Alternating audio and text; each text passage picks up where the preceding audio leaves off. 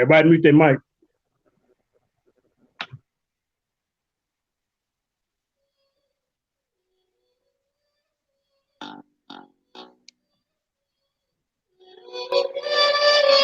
This episode of Lion's Den was brought to you by common sense. I can explain it to you, but I can't understand it for you. Welcome to the Lion's Den. 144 men on the rise again. Yes. And you better show some intellect. That'll be the only way a nigga ever get respect. Real. Welcome to the Lion's Den. 144 men on the rise again. Yes. And you better show some intellect. That'll be the only way a nigga ever get respect. To the Jeremiah, I'm finna bring the fire. Cause on the second turn, you don't crucify the Messiah. Roaring like a lion instead of being defiant. You better come together and try to form an alliance. Black Jesus minister, a new heavyweight champ. Finna turn the lights on instead of using a lamp. They try to keep up with us, but they niggas catching a cramp. Hebrew Israelites, man, that's the name of the camp. That's a divine prospect. Shout out to the brother Ron. When they see the Hebrews, other ideologies run. Then apologies come, forever calling us dumb. Bringing all of the facts and leaving silent and numb. So Kwam Yasha'Allah, call up Denya Allah. We got no problem, tell the truth and we follow. Got skilled debaters, like Michael Edwards. We never go run, PowerPoint, we run the lecture. Welcome to the Lion's Den. 144 men on the rise again. Yes. And you better show some intellect. That'll be the only way a nigga ever get respect. Real. Welcome to the Lion's Den. 144 men on the rise again. Yes. And you better show some intellect. That'll be the only way a nigga ever get respect. We see you talking down when you're doing your interviews. We got a multitude of knowledge. So how can we lose? Used to be in the gang, so I give them the blues. Welcome to the Lion's Den, we deep when we face you. I know it's hard to understand your ancestors was a slave, but challenging biblical knowledge, homie, we did play. Intellectually, I know you really hear me, you're standing right here next to me, king. Yeah, you gon' get this work. When the father don't spend his time, that mean he fit this curse. Be the people like it or not, take a look at your block. The rise of AOC, Masharai, Yasha'Allah, cause we got it on lock. Identify through our conditions. Try to label us African without permission. Never laying down, tapping out, no submission. See us in the streets every day, we on a mission. Welcome to the Lion's Den. 144 men on the rise again. Yes. And you better show some intellect. That'll be the only way a nigga ever get respect. Real. Welcome to the Lion's Den. 144 men on the rise again. Yes. And you better show some intellect. That'll be the only way a nigga ever get respect. Real. We get a certain type of treatment in the conscious community. We get a certain type of treatment in the conscious community in which you are at the forefront of, Sonetta. So what we're saying is that we want to have a dialogue and discussion about what is good for Black people and what should we be doing within our community. And we wanted to have an intelligent conversation. So why don't you invite me on to the knowledge? So how can we? Yo, welcome to the Lion's Den Debate League / Y'all World 777. All right, family. So, as usual, we are in the back chat, which is basically the breeding ground for intellectual sparring. Okay, and we had some brothers that entered into a discussion. Now, this discussion is about the Hellenistic period of the Israelites, the Hellenistic period, right? So we're going to dive off into this information. We got brother Don Pro Rizzo, right? Bringing forth his information, his scholarship to the table. And we got brother James Cassell who's bringing forth his information. Now, these brothers are going to be given the floor 3 5-minute rounds to bring forth their information. First round, they can set their premise and their overall points that they're going to be discussing. And then James Cassell will be able to come in his first round and do the same. So we're going to open this thing up and allow the brothers to bring forth their information. We also got Jeremiah Jude as the timekeeper. And as usual, I am Jeremiah. Please say the Yah. All right. Welcome to the Lion's Den. All right. So, Brother Don, are you ready? Yes, I'm ready. All right. Jeremiah 7000, you want to start his time? Yes, it's time start at 6:27. All right, let's You got go. the 632. Go ahead, family. All right. Which one of us going first here? You got the floor. All right. Well, in this discussion, we're going to find that in the whole mentioning, and we're talking about Hellenism. Most of us understand Hellenism only from the period after the death of Alexander the Great around 400 BCE. And this is the process where Jews began to take on the custom, not just the Jews, but the whole world. They began to take upon them the customs of the Greeks, the Hellenes. Not only the customs, but the language and the culture. So Hellenization is not just a point or period of time or the process in that period of time, but specifically the type of processes that are going on in that time, which is cultural changes, language changes, and traditions, customs. My position on this matter is that Hellenization began long before that period of time. That's going to be my opening statement. So, dealing with some things here, we know that with the Seleucid Empire, there were, there was the Greek language.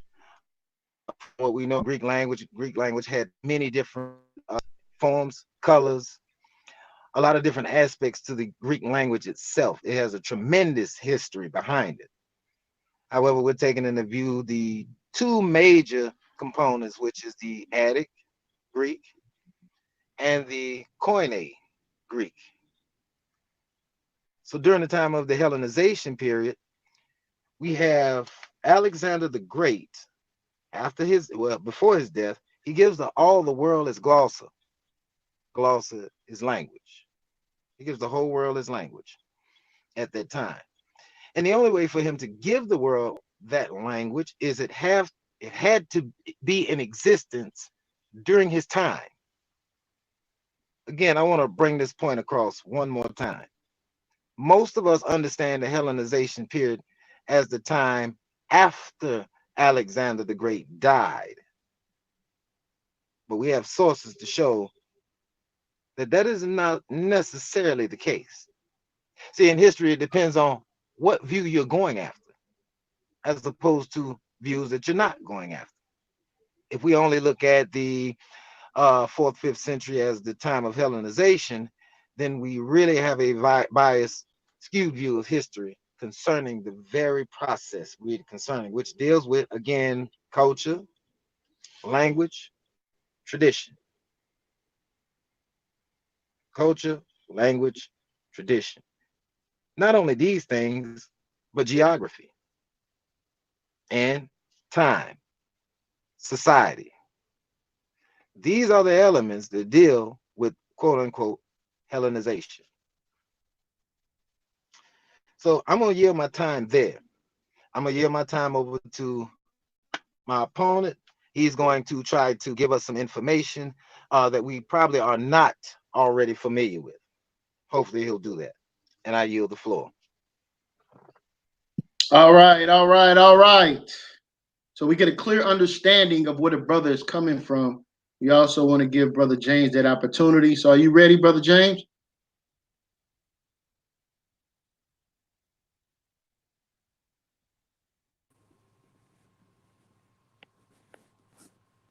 James, you ready? I just got kicked out the room and just came back in. Okay, yeah. It's your time for your opening remarks and your Okay. first name. Okay, well, no problem. I find it amazing that after we've just had this long conversation about ironing out, that he hasn't mentioned the time period yet. I want him to make sure he mentions the time period because according to what he told me, Hellenization began at 700 BCE. That's what I think we were supposed to be here to deal with.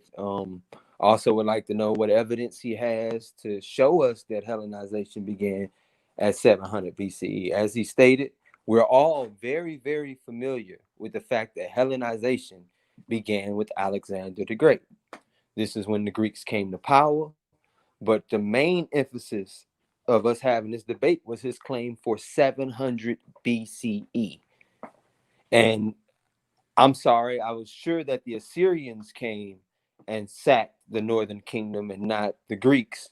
I mean, if he can show us anywhere in history where the Greeks came and enforced Hellenization at 700 BCE, I would be very impressed, and he would be rewriting world history. But I don't think he can do that. I think that is very clear from all the historical evidence we got. I mean, the earliest documents we have in Greek, when Greece came to power, like I said, Alexander the Great, when his 4 generals took over and really started pushing a deep amount of Hellenization. We got all of this. We got it in documents and everything. But anything before the 4th century, I found no documents that talk about any Hellenization going on whatsoever. And that's what I want the brother to really take how much of a time he needs to explain to us the Hellenization that went on strictly in, I guess he said 700 BCE. So the 8th century down to, I guess, the 6th century, even the 5th century. We can go that far. I need to know about the Hellenization that period. I need artifacts, anything, any historical documents he have, any historical claims he have from scholars, real scholars, that say that Hellenization was going on during any of these time periods, because Hellenization particularly deals with Greek culture, not Assyrian culture, not Babylonian culture, not Egyptian culture, not Canaanite culture, but Greek culture.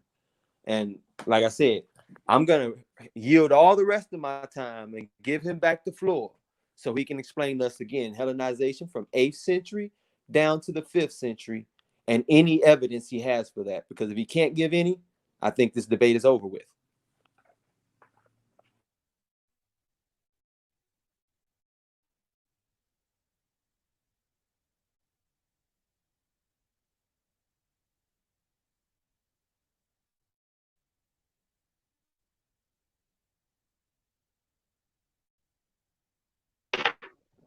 All right, can y'all hear me? Yeah, I can hear you. All right, my fault. I stepped out for a minute because I was sharing the video, man. My fault. All right. Time is 6:33. You got 5 minutes, man. You got the 6:38. Go ahead. All right. So 700 BCE. Let's get right to the point. According to sources, and one of these sources is Mr. Gerhard Kittles and Mr. James Strong, 2 very prolific, not only historians, but theologians, scholars, very learned men. You can check those out, Gerhard Kittles and James Strong. James Strong is one of the strongest, if not the strongest, Greek scholars in world's history. He's very famous. Most of us know him from referring to your Strong's Concordance. He has an index there that most people are, the average Bible student is familiar with. And in his own writings, he talks about a plethora of things when we're talking about and I'm talking about culture along with time, because these 2 elements deal with Hellenization. So we're going to go right into culture, language, time, society, place. We're going to deal with all of it in one fell swoop. According to Mr. Gerhard Kittles, from about the time of 700 BCE, just dealing with the term Hellen was used for the Greeks, their tribes, their cities, and their states. Notice we have society, states, race, language. This is where Hellen comes into play. 700 BCE. So that's number 1. Alexander the Great comes along around 400 BCE, and this is where the process began. It wasn't after his death. Most people recognize it as during the time of Alexander the Great, but he has the conquest first. And if you know anything about the Macedonians, they go through a long history of war through Asia. You got Medo Persia, the areas there going west toward the Indians, towards the north there with Egypt, and just so forth and so on, even to that small peninsula out there called Tyre. He had a couple of battles with Tyre. So he's conquering the world. So it takes him a little time to Hellenize. Again, this is a process of taking your culture and your society and your language and your religious practice, your belief in your gods, and placing it upon, and not just your gods, but your commercial as well, your commerce, your trade, dealing with money, goods and items that are sold, establishing business relationship. You see, vendors, people who were willing to buy your product in exchange for goods, or vice versa. And so he's out here in Tyre. He's dealing with who we call the Phoenicians, merchants. So anybody who set sail, he set his eyes on the conquer. And anybody, of course, in the land, he dealt with, he conquered. He became a world ruling power, Alexander the Great. Very interesting history. If you hadn't checked it out, you should. Now, Mr. Kittle states in his own writings that in 700 BCE, the Hellenization process began. It began to develop in opposition to the Barbaroi. You see, the Greek language, their race, and their culture are virtually absolutized from the Greeks. But on the basis of Paideia, and this is another name we have to go into. I'll spell it out, Paideia. Not a culture. Time, family. Okay. Next. Right. Next. Come on. James Cassell, you got till 6:43. Go ahead, go. Okay, no problem. I think he brought up, I guess, to validate this 700 BC just so far. I've heard the brother bring up the fact that Hellenes existed. Well, yeah, Hellenes existed. That's what Macedonians call themselves, Hellenes. We know they existed. There's no argument there. We were talking about Hellenization, which is a very specific term that deals with a very specific period. So for the sake of it, I'm just going to read it here. The Hellenistic period covers the period of Mediterranean history between the death of Alexander the Great in 323 BCE. This is 4th century, not 7th century. And the emergence of the Roman Empire as signified by the Battle of Atticum in 31 BCE. Nowhere are they talking about 700 BCE dealing with the Hellenistic period, because that's what Hellenization starts with, the Hellenistic period. The source on this is Art of the Hellenistic Age and the Hellenistic Tradition. Another source on it would be, you can get it from Encyclopedia Britannica. It'll tell you this exact same thing. Or you can go to Alexander the Great and the Hellenistic Age. This is from Penfield University. All these things have been published, are out. This is recorded history. Anything that says Hellenization began before this period would be someone trying to superimpose it. If you notice, like I said, he validated very few, 2 things really with his sources. And then he gave his own input from there on out. It was all innuendo and hearsay from here on out. So again, I would like him to give me a source that says the Hellenistic period.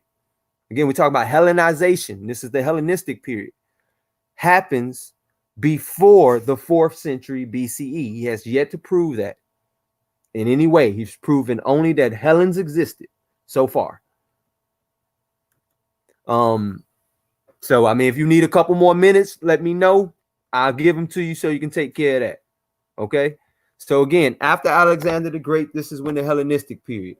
And the conversation was talking about Jews, the Israelites, because he brought in the Assyrians. We were talking about it earlier. He didn't bring it in particular here, but that's fine.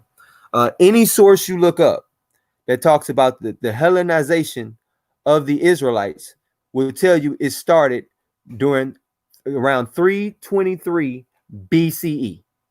Any source you want to look at, but I'm supposed to give you one right now. This one right here, The name of the book is Hellenization of the Jews between 334 BCE and 70 AD by George Holly Gilbert. All right, this was published in the American Journal of Theology, volume 13, number 4, October 1909. This is how old this information is. There's no sources you're going to give us that give us an Hellenization of any peoples during any other time period. And he even mentioned the Greeks, because the history, if anyone knows it, Macedonians aren't Greek. They treated them like barbarians, which he brought up, because they spoke a different language than the actual Greeks, which I was trying to go into with them earlier. Macedonians spoke Koine Greek. The other Greeks didn't speak that. They considered that a barbarian mixed blood language. All right.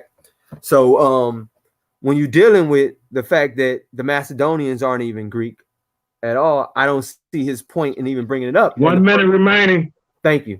And the Macedonian king who conquered all of Greece was Philip II, Alexander's father. So that's still not going to take us back to 700 BCE. I'm just trying to get anything that says the Hellenization period was between 700 BCE and 400 BCE. Give us anything, any artifact or anything in a foreign land that shows that Greeks were the dominant culture outside of Greece. I yield the floor. Con.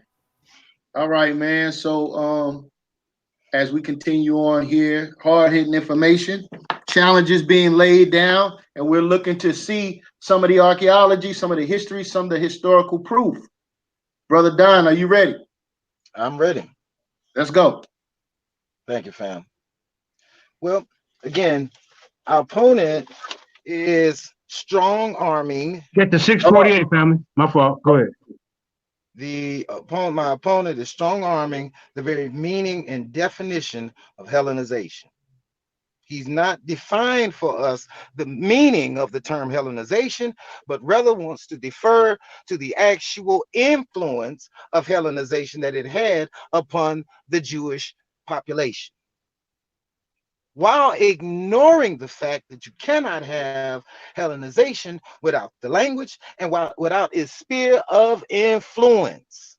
Here is the definition of Hellenization for my opponent, that he may understand the gravity of the situation that he is now currently under by even taking this challenge from the start with and ignoring wise words and advice given to him from the outset of this. Listen, this is the definition of Hellenization. It is the historical spread of ancient Greek culture, number one. I stated this in the beginning. Religion, number two. What did the Greeks worship? What were their deities? I'll give you one for the example, Zeus. Zeus was one of the religious icons of the day. And Zeus was one of the names of a particular individual who I wanted to spell out earlier, Padilla. Padilla happens to be the progenitor of Helen. Did you catch that?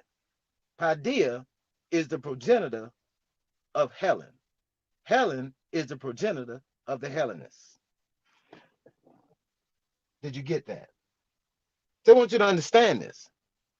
There was a Hellenization prior to the 4th century BCE, prior to the Jews. Now, again, Hellenization, by definition, is the historical spread of the ancient Greek culture, the ancient Greek religion, and the ancient Greek, and to a lesser extent, language over foreign people conquered by the Greeks or brought into their sphere of influence, particularly during the Hellenistic period following the campaigns of Alexander the Great in the 4th century BC. That is the very definition of Hellenization. Now, what did I just say, ladies and gentlemen? Brothers and sisters, ox and aquats, I am plainly fighting for the historical account of Helen.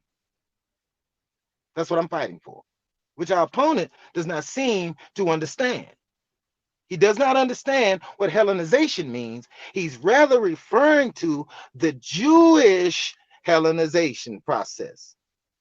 But Hellenization is just one process, which again, now that I'm being rhetorical, deals with customs, cultures, religious worship, acts, deities, social constructs, anything that pertains to the Greeks became a part of a sphere of influence that was shed abroad 300 years before Alexander the Great ever existed.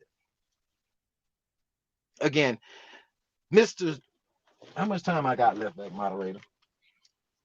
2 minutes, my friend. 2 minutes. Yeah. The process of Helen. Let me just finish this out. The term Helen can sometimes be restricted to the Greeks who share the Greek culture. Well, if you have Greeks, you have Greek cultures, all the way back, dating back to not just 700 BCE, but this is just to show that the Hellenization began prior to that. And at other times extended to the barbarians who embraced the Greek language and culture. 1 minute remaining. The process of Hellenization was accelerated by the incorporation of Macedonia and the conquest of Alexander. So in my last few minutes, maybe my opponent can challenge this historical facts. According to data, the Greeks had already had their influence upon the barbarians right off the bat. And with that, I yield the floor. This was the most horrible display of scholarship I've ever seen in my life. All right. I thought hold on, fam. Let's get your time set up. Yeah, so listen. What I'm gathering, because we're going into James' last round, and we're going to move on to the question and answer, where brothers will be able to question and answer one another, and then we'll have questions from the panel and from the comment board. So those on the comment board, if you have any questions for either one of these brothers, go ahead and get them prepared, because you will be heard. All right, so we are ready to go into, and we're going to start the question and answer round. I'm going to have a question for both of you brothers to start out, and then I'm going to yield the floor to both of you brothers, all right? So, James, are you ready for your last round? Yes, sir. Yeah, he got to 6:54. Go ahead, family. All right, cool. This right here going to be real quick. He just finished reading the definition of Hellenization, and if anyone heard him in his definition, it said especially the period after Alexander's conquest, which was his death. That's where his conquest started, his death. The sphere of influence, again, this is around the time of Alexander and his death. You're not going to find Greeks dominating anywhere outside of Greece before Alexander. It's just not happening. Then he said I was referring only to the Jews. No, I'm not referring to it wrong. See, what I'm going to do is I'm going to read 3 different definitions of Hellenization from 3 different sources. And I'm going to read, again, this one right here, I'm pulling from, again, the art of the Hellenistic age and the Hellenistic tradition. Again, it says the Hellenistic period covers the period of Mediterranean history between the death of Alexander the Great in 323 BCE and the emergence of the Roman Empire as signified by the Battle of Actium at 31 BCE. All right, now I'm going to go over to Encyclopedia Britannica and read it. Hellenistic age in the Near East, Mediterranean, and Middle East. The period between the death of Alexander the Great in 323 BCE and the conquest of Egypt by Rome in 30 BCE. All right, now let me go to another one, because this guy here keep playing. This one right here is coming from ancienthistory.eu. It says right here, the Hellenistic period is part of the ancient period for the European and Near Eastern Asian space. The use of this period is justified by the extent of the Hellenistic culture in most of the areas due to the Greek political presence, especially in Asia after Alexander's conquest, but also in a new wave of Greek colonization. And this is also after Alexander's conquest in 10 BCE in the Indo-Greek kingdom. So, I mean, all of this deals with the period of Alexander. This is all 4th century stuff. This guy hasn't given us one thing. Then he brought up Zeus. Zeus? What are you bringing up the Greek god Zeus for when we're talking about a period of time, the Hellenization period? I mean, can you show us Zeus anywhere outside of Greece before the 4th century? I mean, yeah, before the 4th century, 5th century. I mean, can you do that? Because you keep bringing up irrelevant stuff. When Helen was born is irrelevant to Hellenization. You're trying to use the word itself to define the period in time that the whole phrase encapsulates.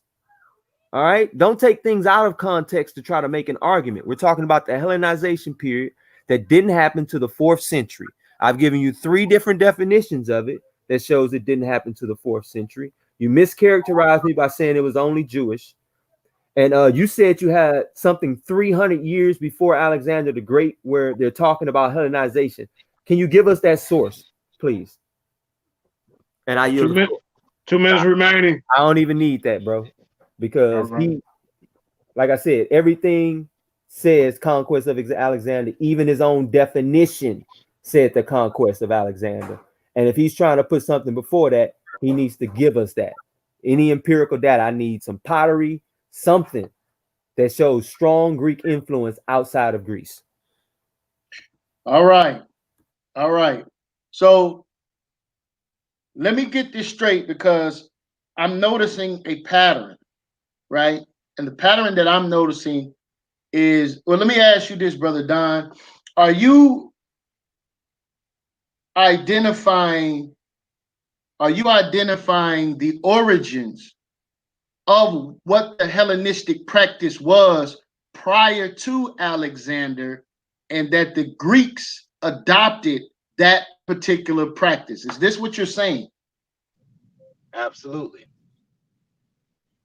In other words, Hellenization began before Alexander the Great. And as I stated in the last round, my opponent doesn't seem to be aware of the history of Hellenization. He's only referring to a time particularly of note, the Jews. Why? Because he himself believes he is a Jew. So why would he be concerned about a barbarian? Why would he be concerned about an Egyptian? Why would he be concerned about an Ethiopian or Babylonian or Phoenician? Why would he give a damn about that? He's only concerned with his bias and his prejudice, because to him, in his mind, apparently, and I could be wrong, but it seems like when we study history, we only want to be concerned about our own people and nobody else. And in consequent events, what we do is we block out history for our story. So then history becomes irrelevant, and what we think takes the preeminence. And that is where he failed in this debate, you see. All right. So, Brother James. Yes, sir. I would love to respond to that mischaracterization of me. Okay. Yeah. Hold on. Before you respond, let me off, and then I'm gonna let you lions off the leash and I'll be able to question each other. All right. So, as far as your point is that the Hellenistic period is an actual period that was identified by that term and a period of time that in which this was influenced upon the world by this Greek sect of Hellenistic believers? Or are you dealing with the Hellenistic practices of the Israelites during that time? Well, the Israelites were irrelevant. The only reason I brought them up was because when we were having a conversation, he brought up that the Hellenization of Israel began in 700 BCE, and that blew me back because I could have swore Assyrians came in and swept in during that time period, not Greeks. Yeah. You know what I'm saying? So that blew me back. So I was like, all right, cool. But yes, I'm talking about a specific, when you say Hellenization, the moment you add ization on the end of it, you're talking about a specific time period. And he used the term Hellenization.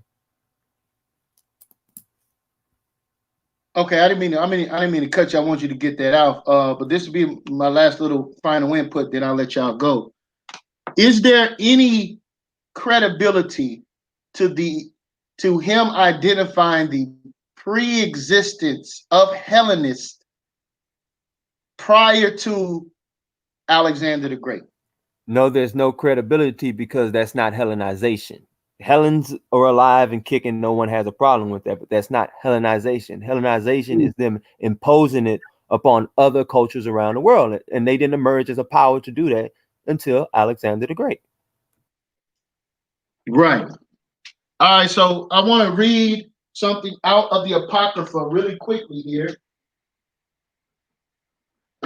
for you brothers to take in consideration for your discussion, right? So the brother's saying that Hellenization or Hellenized or being Hellenized was something that was forced upon a people. So I'm going to read out of the Apocrypha. This is First Maccabees chapter 1, and then I'll let you brothers go. All right. First Maccabees chapter 1, starting at the let's start at the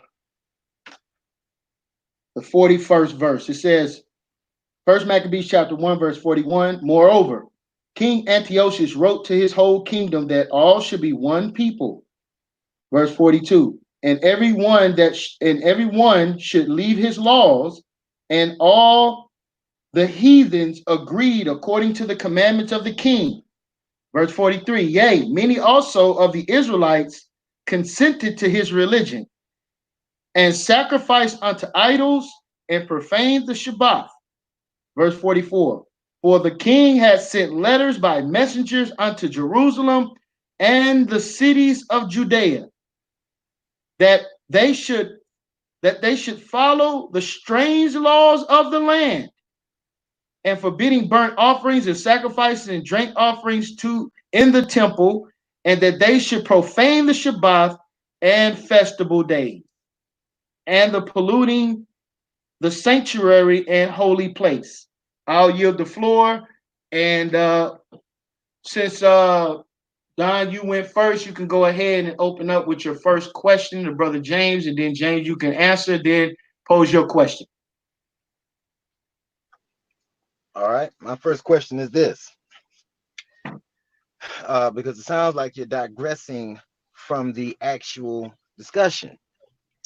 You admitted to us when asked that in your understanding, Hellenization deals with the Jews, correct? Yes, it does deal with the Jews, but that wasn't my point.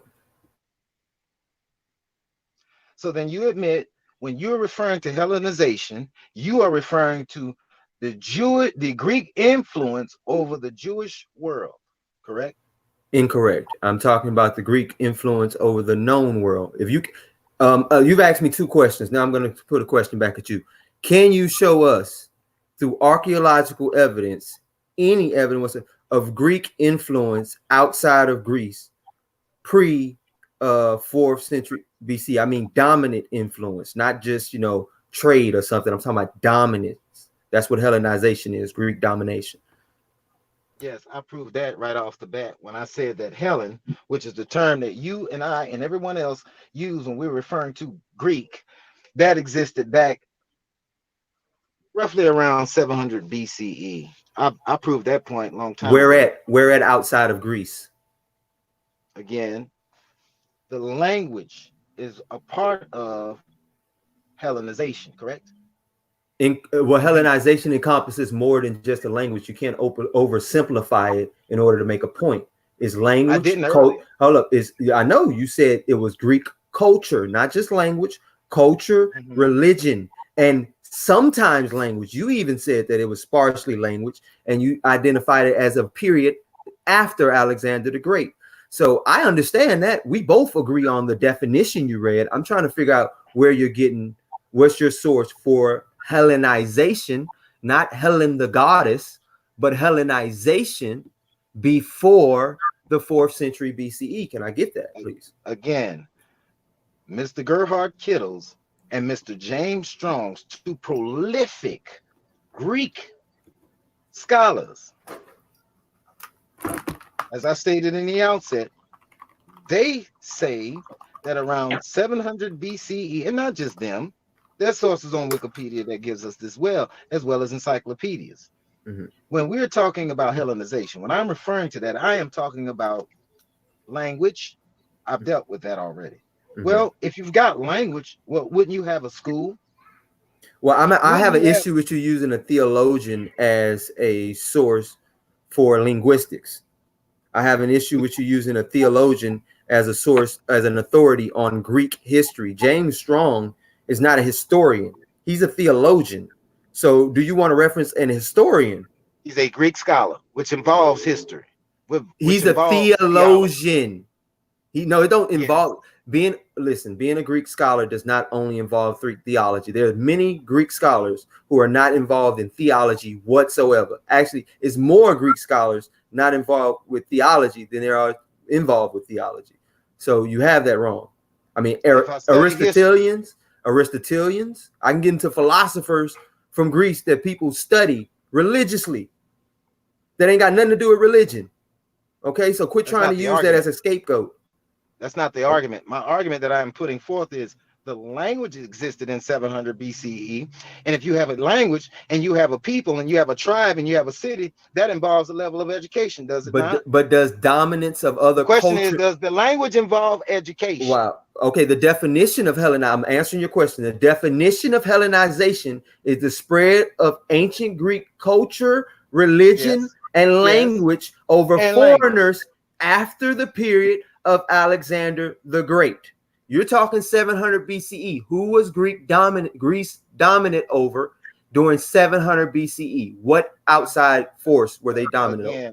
Again, earlier in my first round and my second round, I've already said the sphere of influence of any nation, if you find it, you're going to find its language, you're going to find its educational system, you're going to find a learning system, you're going to find gymnastics, grammar, music, geography, religion, culture, customs, natural history, and philosophy. And the scholars have found. Let me cut in, bro, because you're going too long. Hold on. I've got the floor, brother. Just calm down, because you're going to get this work. You're going to get this work. I'm going to give it to you. Okay, I'm going to give you all the time you need. Go ahead, bro. I'm going to say this, but I'm going to give you this work. Now, if it involves all of these things, and we can find it in any other culture or nation, then that is the sphere of influence prior to the Jews. Okay, you made your point on that's been my point for 300 years. Now let me respond to that point. Prior to the conquest of Alexander the Great. Okay. All right, so hold up. Let me respond to that point. You can't let him make a point and I don't get to respond. Let you respond. Then your response is going to be inside 2 minutes, and I'm going to need that long. That's all right. So there can be orders. I'm losing the point while you're talking. As a moderator, you can't kill the flow, though. I'm just saying. I'm trying to cut down on the arguments. Go ahead. Okay. If I can back up my point. Again, the guy keeps talking about the language being in existence. I'm asking him to name the culture, because sphere of influence deals with a dominant culture over another culture. Like America's sphere of influence includes Haiti, Dominican Republic, Mexico, Canada, places we are dominant over. So I'm asking you, and you can tell this because if you can see heavy American influence in these regions. Okay, so tell me what region outside of Greece has a heavy Greek influence? What civilization? Please name it. 700 BC. I'm gonna mute myself. Please name it. Are you there, Don? All right, I'm here. He's asking you a direct question. Again, my opponent wants to pigeonhole the very definition of Hellenization. Hellenization doesn't just involve dominating.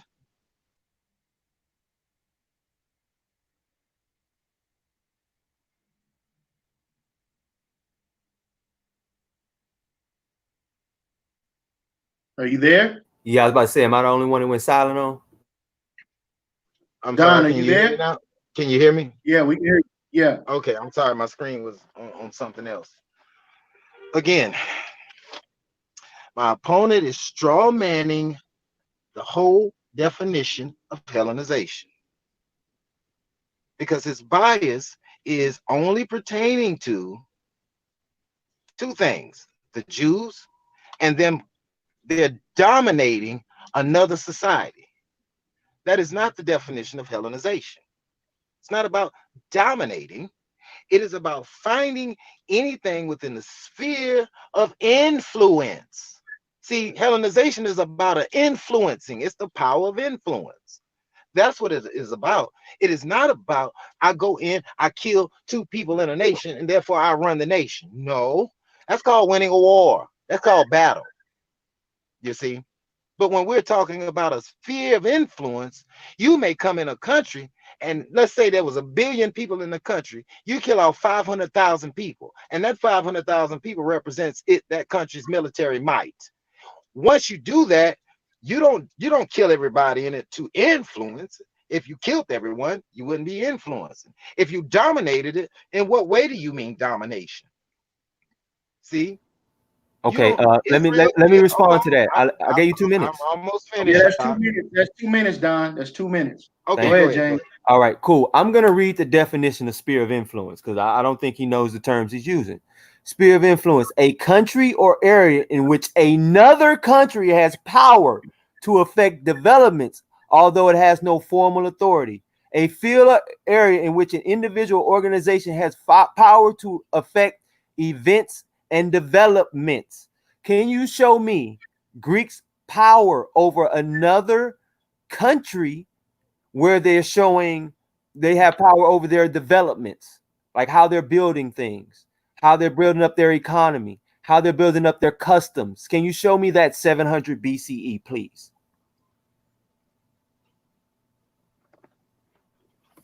You got 2 minutes, brother. I don't need 2 minutes. I just said, I read to you the definition of sphere of influence, and I'm asking you, can you show me Greek sphere of influence over another culture? And can you name that culture, as I asked you before, that you refused to do and harped on what sphere of influence is, although you clearly didn't know? Well, I could, but I'm going to digress at this moment because the whole nature of this debate is to decide and determine whether or not Hellenization began when at the time of Alexander the Great, or did it begin prior? If I find the Greek language, as you said, a sphere of influence by definition is dealing with development, effecting the effect over another nation, country, society, etc. And there is a point of power. Now, if I bring my language into any other nation from 700 BCE and you find it in 400 BCE, it is clear to say that this has affected the educational system, the commercial trade system, the religious system, the cultural influences there, the philosophy. We can find the Epicureans in the story. We can find philosophy dating back to 400 BCE. We can find that. We have evidence for that too. Outside of Greece, 400 before 400 BC. Can we find this is outside of Greece? Tell me what region, what country? It began in the cities, in the tribes of the Greece, and it spread. The reason why Alexander the Great comes in so much is because the I'm sorry, I got the floor out. I just asked you a question. I got the floor out. Took the you floor. Yielded your time out. No, I didn't. You're breaking into my time to ask me questions. I'm answering your questions, but I'm on the floor. 2 more minutes, no problem. Go ahead and you answer can't give me something I already have. You breaking into my time. Okay, don't mind answering your questions, but as I stated before, my purpose in this debate is to prove that Hellenization began prior to Alexander the Great. That's all I have to do. That's my burden. And I am showing that if the language is there, we can find the influence of their religion as well. Like with Zeus, for example. It is relevant to the conversation because that is the influence, that is part of the effect, and that is part of the development of the Roman world where we find Artemis, Diana, Zeus, Aphrodite, and all the mythologies or the mythos of the Greek world, of the Roman world. But prior to that, Zeus was in existence. We do have archaeology with Fidus, where he has a 12-meter tall statue back in 435 BC, 12 meters tall of Zeus, meaning their culture, their language, and their influence spread, but it spread further at the conquest of Alexander, when Alexander began to go on his conquest. Okay, I That's gave my you another point. 2 minutes. Right. The only thing you brought up in order to justify this was the Greco-Roman merger. The Greco-Roman merger is after the 4th century BCE. Look it up, okay? So I'm asking you again. You said we find it outside of Greece. Where before the 4th century BCE? Give me the artifact. Give me where I can find it. Give me anything you can give me. You can give me the museum I can find it, a number. You can give me the name of the artifact I can find. Show me something that scholars agree show a heavy Greek influence outside of Greece. I'm not saying, oh, one tribe in Greece were Hellenists and then they took over others. That's still inside of Greece. In order for it to be Hellenization, it must be outside of Greece and within Greece's sphere of influence, which means they have hegemony over those people in some way, form, or fashion. You have not even illustrated one regional name. You haven't given us one place. You said Rome. That's after the 4th century. Anyone can look up the Greco-Roman merger. That's well after Alexander the Great. So can you give us the name of a... All right. Shalak, my bad. No, that's fine. If he can give me that name, that's all I want. Name of a region. So what I was going to say is, Don, after you deal with this question, you can ask. It'll be your turn to ask the question.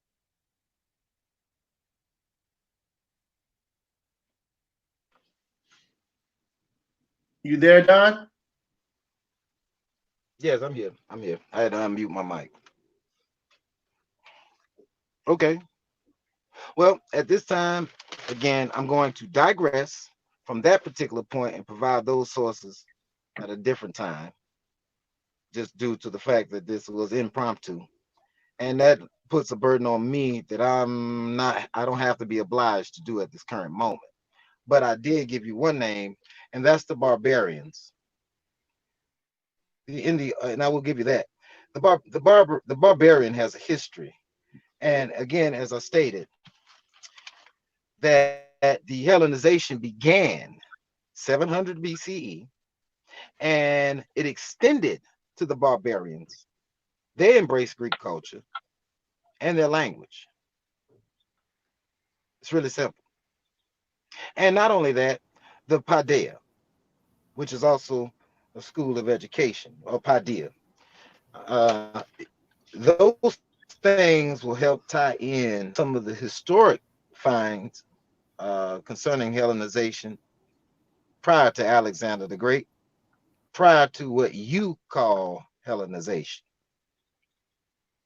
So that is the point. I do not desire. Okay, I've already asked you the question, your stance, and basically what you said was you believe that Hellenization only deals with the period from the death of so if you don't have a question Great. for me, do I get a chance to ask another question then if he doesn't have a question? Because he's kind of like yielded to my last two questions. He's kind of like backed down from them. I don't know where to go from here if he's just I digress from the point. He's going to digress from the point. I know, which means he's yielding to my point each time, which means I'm right on each of these points, so I can't see how he's right. No, that doesn't make you right. I don't have the burden to show outside scholarship concerning. All I have to do is you have the burden. It's your claim. Well, you're asking for something in an impromptu setting. First of all, well, you said that you were going to watch the floor with me, so you should be more than ready for any question I have, right? I did that in the first half a minute. Okay, well, I first made the statement. All right, that's fine. I don't want to argue about this. We're going to move to your barbarian point. Let's just go back to your point then. Your barbarian point. I got you. What region do barbarians come from? Or is that a general term for anyone? Hold up, let me finish. Or is that a general term for anyone who is not Greek? Go. Well, it is a term for people who are uncultured and uncivilized. I'm talking about to the Greeks. Is it a term for anyone who speaks a language outside of proper Greek? No, it's not. Okay, so why are the Macedonians considered barbarians to the other Greeks? I can pull up sources on it, but the other Greeks considered Macedonians barbarians because they spoke a different form of Greek from them. That's why they didn't want Alexander the Great in the Olympic Games, and he had to appeal to his mother's heritage in order to get justification for being in the Olympics. This is history. Well, So I need that explained to me, because Hellenization deals with the Macedonian language, not the popular Greek language of the time. Well, the incorporation of Macedonia and the conquest of Alexander, which still doesn't put you back in 700 BCE, does it? You haven't given me anything to put me back in 700 BCE with Hellenization yet. You're correct. I have gotten nothing from you yet. Therefore, you're still stuck in the time constraint of Alexander the Great, which is 400 years after what I am saying. Now, well, that's what Hellenization deals with. At this point, the onus is on you to debunk what I stated. Okay, well, I did by giving 3 different sources which say strictly what Hellenization is and what period it pertains to. I don't think anyone can go back in the video and see it. I don't have to repeat myself. But I gave you 3 separate sources. Matter of fact, I gave you 6, really. I gave you 6 sources, truly. And where are you getting your source information? I gave you all my. Okay, I'll give you 3 of them again. I'll read Hellenization. From need the source. I'm about to tell you, Encyclopedia Britannica. Encyclopedia Britannica. Is that not a source? Do you not accept that? Okay, and another one is Ancient History Encyclopedia. Do you not accept that? Ancient History Encyclopedia. Now, who wrote that book? And then another one is this one right here is from Oxford's Classical Dictionary. Are you going to argue with Oxford too? Oxford Classical Dictionary. And all of them give the time period from the death of Alexander the Great until the Battle of Actium. Now now what year was that? The Battle of Actium? No, what year was Alexander the Great? The death of what year? 323, 324, somewhere around that period. 323, 324 BCE.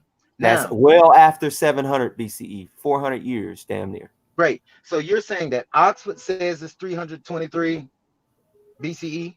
Yet every source I've given you have given Hellenization. Source you have went through is giving you 323. And even the source. Hold on, let me. You gotta let me actually respond and get it all out. All right.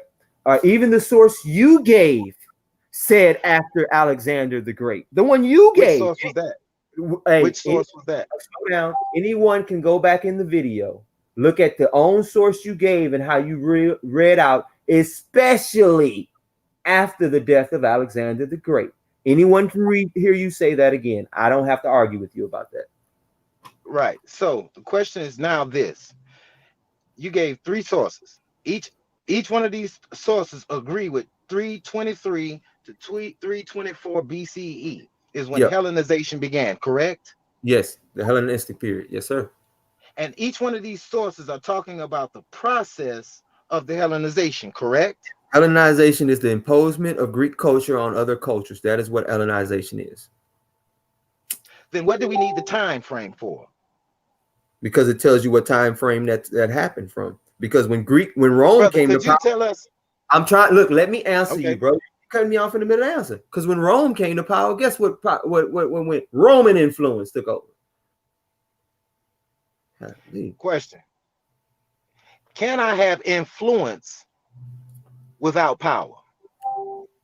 You don't have a sphere of influence without power. No. Then how do you define the word influence? No, we're not going to define individual words. We're going to define a concept called sphere of influence. If you want me to read the question is, can I have influence without power? The word you specifically use from the definition. I don't want to freestyle off your own individual parsing of words. I want to deal with the concept itself. You said sphere of influence. I went and read you sphere of influence, and I'll read it again. A country or area in which another country has power to affect developments. Okay, that's what it is. Development and what else? Give us the rest of it. That's what it says. It's right there. Development, although it has no formal authority. What's the difference? So the question still stands. Can I have influence without power? A country or area in which another country has power. No, you cannot have a sphere of influence without power. Okay. It's in the So then definition.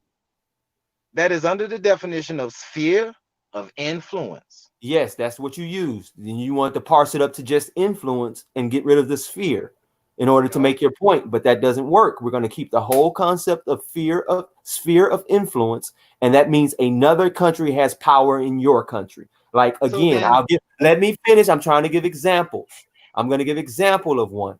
America in Haiti, America in the Dominican Republic, America in the Philippines, America in Guam.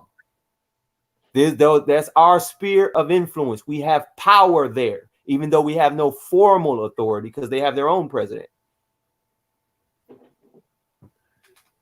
It does not require you to be in an office to impose a sphere of influence. I didn't argue that it had to. I'm just stating the fact that they have their own government, but our government holds power, but quote unquote formally, they have their own regime. That's all that means, bro. Let's not keep getting technical and parsing words in order to make a point. Don't parse it. Don't oversimplify to make a point. Deal with the entirety of the concept I'm handing over to you. Okay. How does the Greek language get to Alexander the Great in 322 BCE? Could you explain that for us? We're not arguing language. We're arguing the sphere of influence of the Greeks. We're arguing Hellenization. You keep trying to argue about language. I'm not arguing when a language began to exist. That's a genetic fallacy, bro. You're just making a genetic fallacy. You're arguing the origins of something instead of arguing the concept that's being presented to you. That's a genetic fallacy. That's illogical, and you shouldn't do it. My opponent is distracting from the scholarship. So that's not a genetic fallacy? Hellenization. Yes, you just committed a fallacy. Hellenization. Okay, let's be clear. You keep going to the origin of the word Hellen, which you're bringing back to the Greek language and culture. So you keep going to the origin of it instead of dealing with the concept of Hellenization.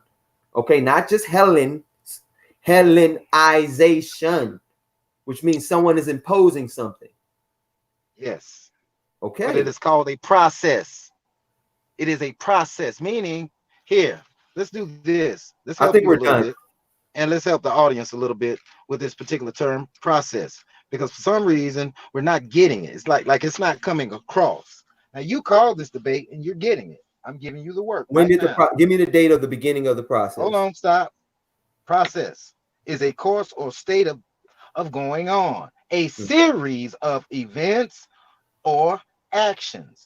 How a did that method of operation, forward motion, in law court summons, or a whole course of proceedings in a legal action, or when you're dealing with a verb tense. In color, when the dude was just saying a whole bunch of stuff that really didn't make no sense, because what he's saying is irrelevant to the whole conversation. Nothing he's saying is relevant to the conversation. It's completely pointless. I feel like this debate is completely over at this point because you ain't saying shit relevant to it. Again, a process is a course of action, a series of events that take place in time. The language comes to us from 700 BCE, and it travels down through time. This is what Hellenization is. It is a process.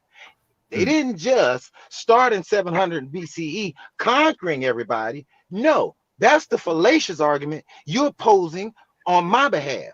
I am saying historically, the scholars who understand, read Greek, who know Greek, can write Greek, who've learned the customs and the history and the geography of Greek, not you, myself, and others like myself who have studied this, can say, hey, we can see the Hellenization process going back to 700 BCE, and you're avoiding that. Again, it deals with the language, which I addressed in my first opening statement.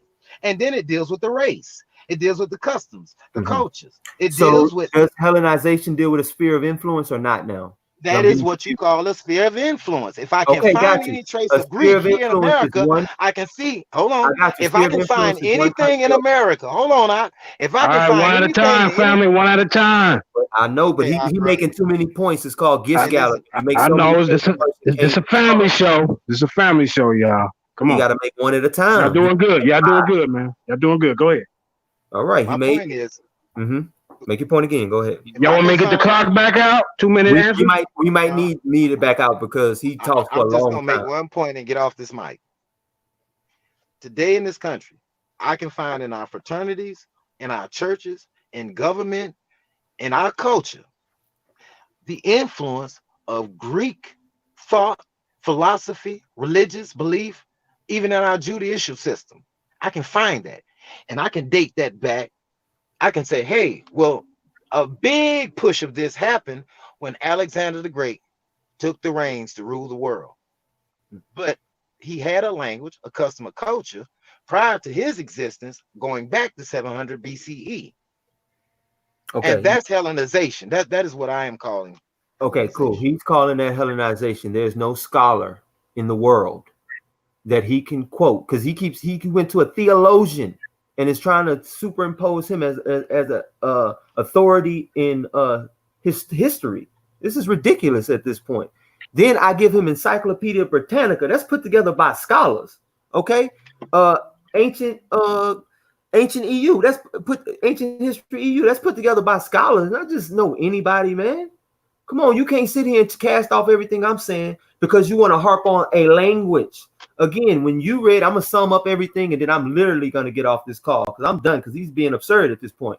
Again, he read this definition and I wrote it down as he was reading. That Hellenization was the spread of ancient Greek culture, religion, and language over foreign people.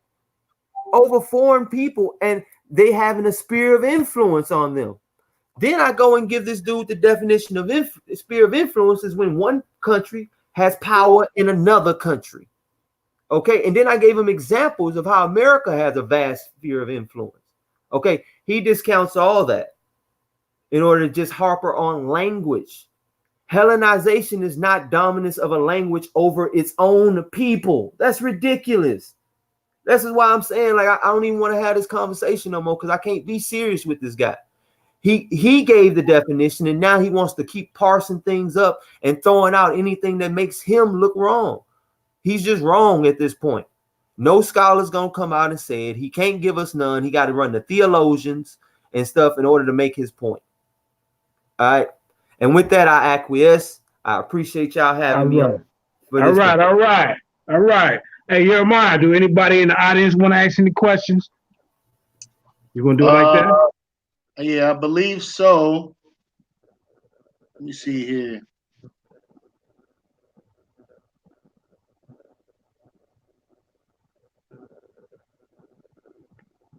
Let me get this off the screen real quick here. All right.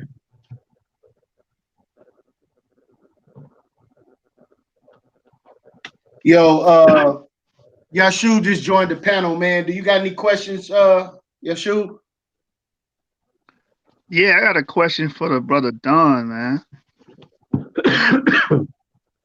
The brother Don, you mentioned Helen earlier, and you tried to corroborate that with the Hellenization period. What are you using to justify that? Are you just using the name and saying, hey, this is where the word Hellenization comes from? Because you do understand that is called a genetic fallacy, using the origin of something to combat the context of something. So I don't understand the point of you bringing up this person named Helen. Well, the point is Helen is the Greek term that when we say Greek, we're talking about Helen. I need the audience to understand this. When you say Greek, you're saying Helen. You're just not aware you're saying Helen. So to know anything about Greek, you have to go back to its conception. That's what I did. The theologian Gerhard Kittel, he's not just he is a German student of the scripture. He's not just some fly-by-night pansy. He's not. He's the son of Rudolf Kittel. These people are famous. They're just not known amongst the black community. We don't talk about these kind of stuff. Could you say what he was again for us one more time, please, for clarity for the audience? What was he again? He was a biblical scholar. Okay, was he a historian? Was he a linguist? He is a biblical okay, so how is he an authority on this? Hebrew, a Greek, he is a Hebrew expert. But this this isn't only on Jews, but this isn't only about Jews. This is about history in general. You could have named any culture. You could have named Spain. You could have named Babylon. You could have named Assyria. You could have named Syria. You didn't name one place. No, you know why? Because we're talking about what is Hellenization. We're not talking about races or nations. It's not me and you talking. I was mainly responding to his question and your response to it. Well, yeah, because my thing is done. Like, what does that have to do with Hellenization? Just because the name Helen and where it came from, what bearings does that have? It's got everything to do with the history. Because if I can trace down the Greek language from where it began to where it traveled, let's say, for example, let's say Greek began in New York in 700 BCE. Let's just suppose that for just the sake of argument. Say it began in New York and it traveled to Florida. And in Florida is where you see Alexander the Great. Now, nobody talks about the history between 700 BCE where it got started in New York, but you've got to travel all the coastal states before you get to Florida. Alexander the Great is speaking Greek, and that's where the widespread began with the introduction after his death. It really began to push forward. Even more so, as I stated before, it is what you call the sphere of influence. It didn't just start when Alexander the Great died, is my point. It goes back that far. Actually, goes back further. So if it didn't start when Alexander died and it goes back further, the brother asked you on multiple occasions, could you provide that? Like, could you show us what part of history prior to Alexander's death where the Greek influence spread outside of Greece and it was dominant? And I don't think you did that, brother. I gave him one example with Zeus. 450 BCE, we see statues of Zeus. Where? See that. Where? Historically. Let's see, I don't have that written down because, like I said, that was impromptu. Because it's in Greece. Right. But if it's in any Ionian state, then that's Greece. Like, when we talking about Hellenizations, we talking about a domination of multiple localities. You're not just talking about one area. So I don't know how you equivocate the two. Yeah, and plus Attic Greek was everybody in Greece didn't speak Koine Greek. Does that mean that they weren't Hellenes by your definition? Because I thought you meant that was everybody in Greece. Anytime I say Greek, I'm saying Hellen. No, all this stuff has to be taken in context, first of all. Second of all, if I can find a statue of Zeus in 450 BCE, and we don't get Alexander the Great, and we don't get our definition of Hellenization till Alexander the Great, you know what that means? What does that mean? Do the math. It means it's time to do some math. That means Hellenes only. Let me respond. That means Hellenes only existed inside of Greece before Alexander the Great, which would mean it didn't have no imposement over outside people. It wasn't showing its customs, traditions, or language over outside people. So it wouldn't be Hellenization. It's not Hellenization until you're imposing it on an outside people. Is in the definition. I'm not understanding. You read Sphere of Influence. I've already argued that point earlier. Yeah. All right. Whatever. So 127 years before Alexander the Great comes along, we find statues of Zeus. You telling me that don't count for nothing? Yes, no, it does count for something. It's just the point between the language and that very fact. The artifact in Zeus in 450 shows you that Hellenization began before that process. Greece. It is a process. Again, you miscategorize the word. You're twisting, bending the definition out. What does process have to do with me asking for something outside of Greece? Listen. Tell me what does process my burden in this impromptu setting. The burden of one thing is just to show without indelible fact.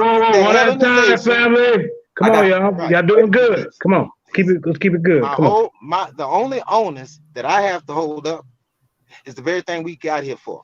And that's to prove that Hellenization began before. Alexander the Great. And the proof of Hellenization before Alexander the Great would be Greek influence outside of Greece before Alexander the Great. So you don't find that in the definition of Hellenism. Okay. You don't find that. Can you read the definition? It's not there. All right, cool. Can you read the definition you read again earlier for the audience so they can just understand what you did say? From about 700 BCE. No, the definition you read earlier. Helen, listen. Okay. He won't do it. The term Helen comes to be used for the Greek tribes, cities, and states. Did you miss that? I guess you did. But you missed that. We're not arguing over the term That's Helen. a genetic fallacy. That's why I keep telling you. Hold on, one at a time, y'all. Come on, let him go. You got it, Jashub. Read it again, family. Read it again, family. From about 700 BCE, the term Helen comes to be used for the Greek tribes, cities, and states. Right, we're not. But James is not challenging. Can I finish? He only asked you to read it one more time so we can respond. I'm trying to read it one more time. Okay, read it again then for us. It develops in opposition to barbaroi. Greek language, race, and culture are virtually absolutized. Absolutized, look the word up. But on the basis of paideia, not a cult. Hence, the term can be sometimes restricted to the Greeks who share in Greek culture. Sometimes it can be restricted, but not at all times. And at other times can be extended to barbarians who embrace Greek language and culture. Can you read the definition of Hellenization, not a Helen, please? Hold on. Okay. Just slow your roll. But that's the initial question I asked that you're responding to. Hold on, I ain't through reading. Hold on. But if you're reading, if you're not answering my question, I'm just telling you, like, hey, bro. I am answering the question. No, you're not. Let me tell you why. Read it again. Can I read it again? Let me read it without you interfering, bro. Let him finish reading the whole definition so everybody can see where he's going with this. Then come in, James J. Cassell. Come on. Go ahead, fam. The process of Hellenizing was accelerated by the incorporation of Macedonia and the conquest of Alexander. Greek culture spread to Asia, Egypt, and especially in the cities. And I'll just stop right there. The point is, Hellenization began with the Greeks. That's the point. Okay, prior to Alexander the Great. It is a process, I keep saying. Okay, can you read the definition of Hellenization, not Helen, please? Can you read the definition of Hellenization?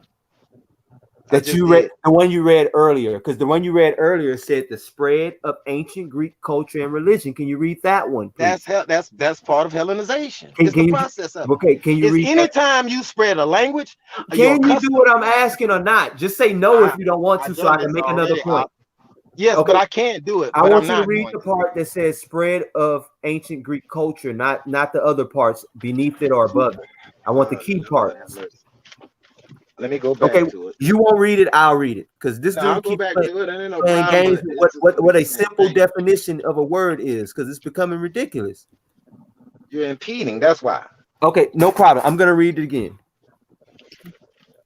Hellenization or Hellenistic age.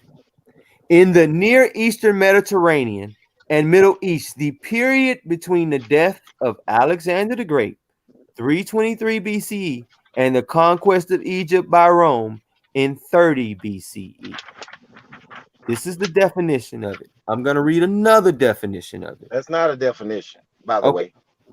That's not a definition. Okay. That's dealing with a time. Let me go now. Let me go now. Alexander the Great. Can I go now? Okay, cool. Hey, Jeremiah, you got the mute button. You got to come on, family. We're getting out of hand. He won't even let me speak now. I let him go ahead and go. You asked me to let him speak. I said, you know what, my brother, right. I'm gonna go ahead. Let him speak, family. All right, thank you.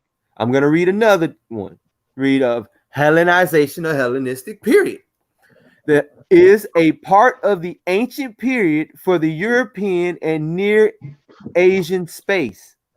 The use of this period is justified by the extent of the Hellenic culture in most of these areas due to Greek political presence, especially in Asia after Alexander's conquest.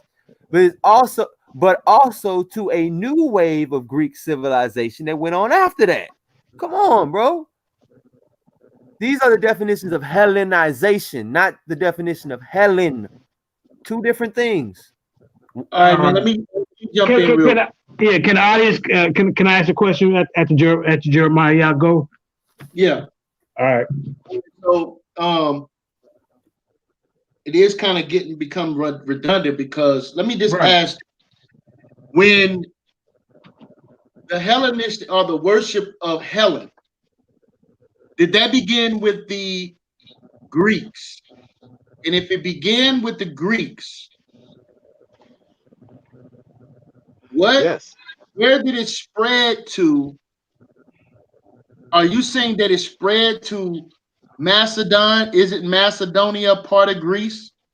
They incorporated Macedonia. Once they incorporated Macedonia, that helped spread it that much further. Did it spread anywhere further than that? Oh yeah, spread all through the world as it is now. Asia, Egypt, all over the place. That's why I referred back to that 12-meter statue Zeus in 450 BCE. That was part of their religious worship. So this is why I'm shedding the light on the fact that my opponent keeps referring to the time of Alexander the Great, but that in itself does not prove that Hellenization began with Alexander the Great. What it proves, though, is that the Hellenization had already occurred and that the language and the custom was there. So when he comes in and conquers, it's already you can already see his influence. It's already there. It's like saying when Reebok took over, when Adidas was hot, when you know what I'm saying, like how these different rappers come in and take over in the hip hop industry.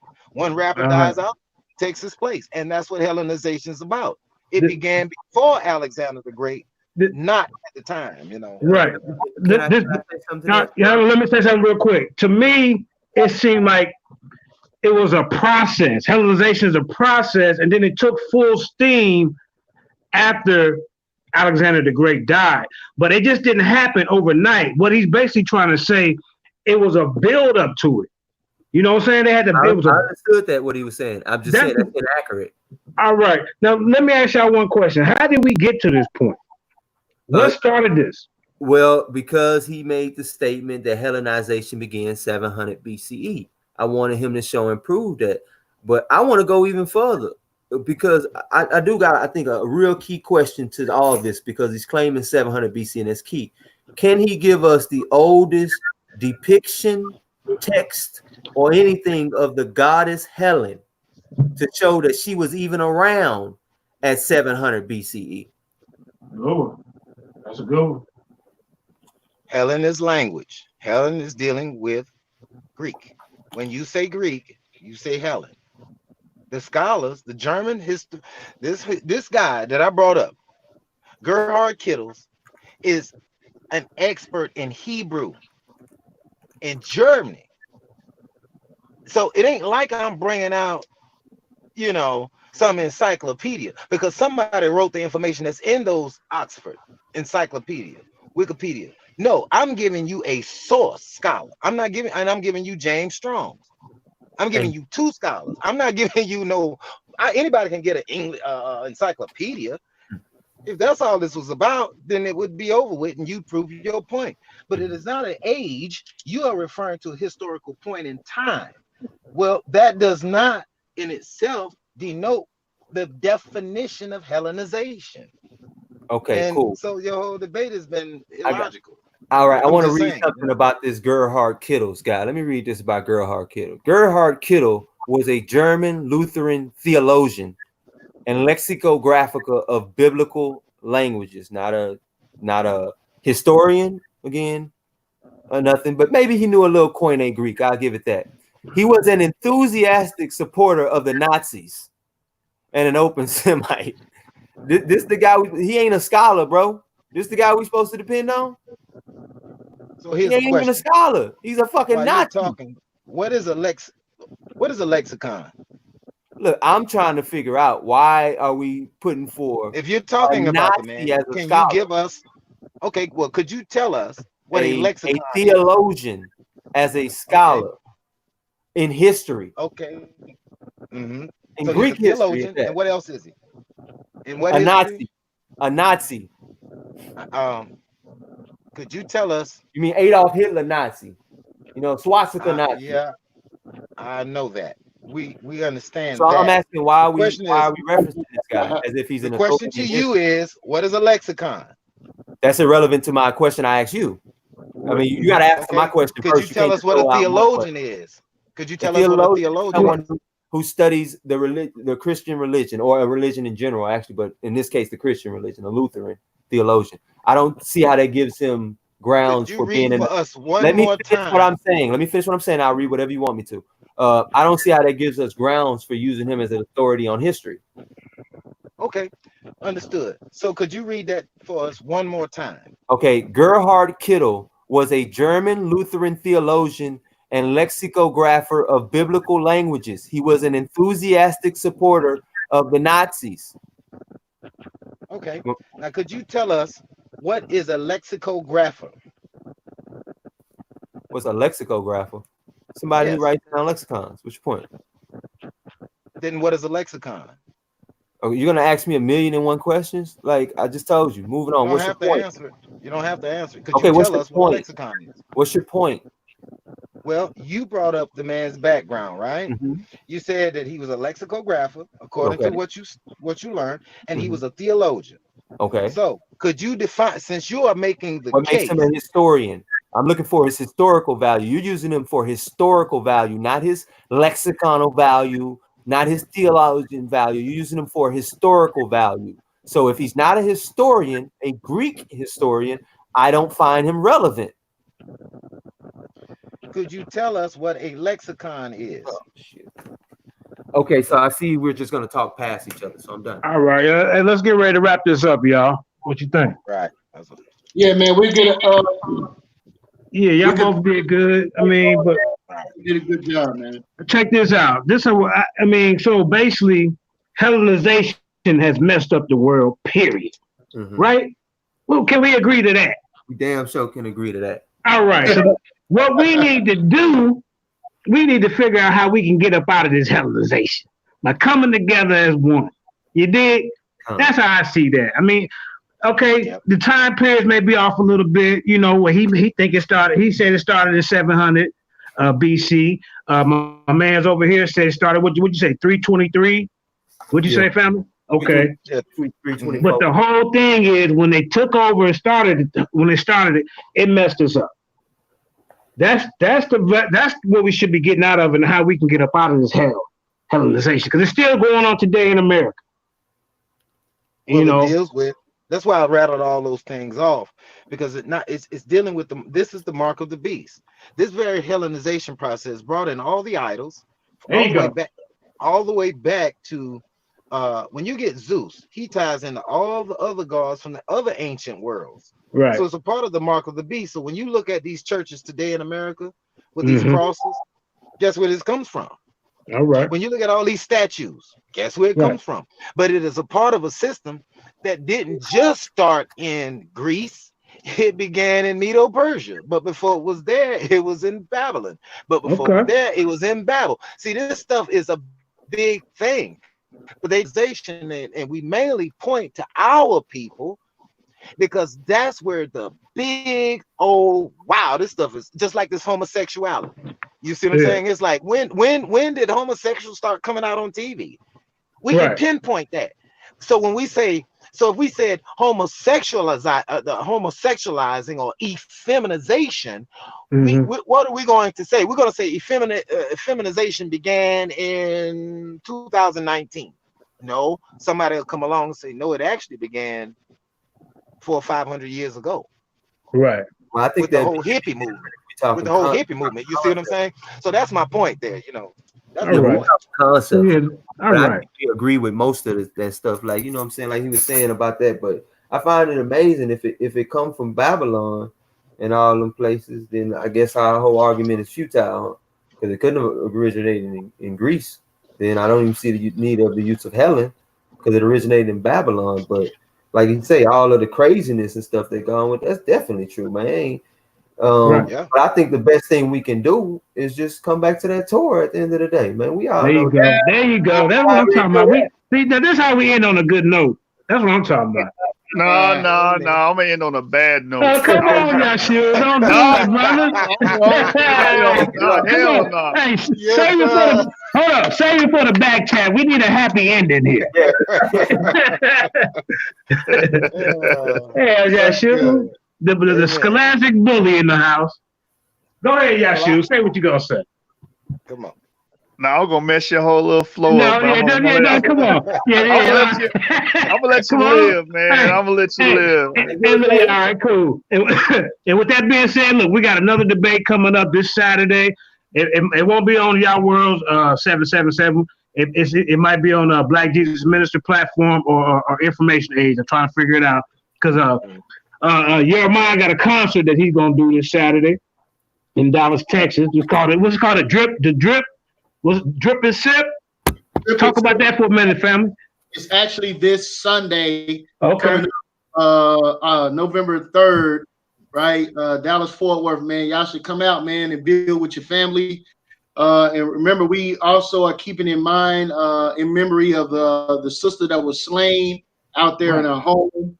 We're gonna be going out there trying to do some social work as well, man, and build with the brothers out there, some Israelite brothers out there doing some work, and some Christian brothers out there doing some work, man. So we're gonna be looking to link up with them, and we're going down there with a mission. But cap everything off with the Drip and Sip concert, man. Come out, man. And always remember to support your nation, man. Shout out to the Life Magazine, Brew News, Sister Delta, and Sister Savoy. I think they put the concert together. I think so. Shout out to the Lions Den. We got 21 groups on Facebook, over 100,000 people combined. We got all our back chats. And if you brothers want to shout out to y'all personal channels, go ahead. Yeah, man. Shout out Mind Control, man. To the brothers out there in the ATL, man. Beloved Dom, he out there doing his thing, man. And Real Judah, man. Shout out to the family. Right. Mind Culture. It's like Mind Culture. Right. That's cool. And like I say, this Saturday we got Matt So Real versus Donnie Prozo Bird. Tell them the topic is gonna be, family. Then we can get up out here and wrap it up. The topic is going to be: does the Bible support accept Jesus Christ as your personal Lord and Savior?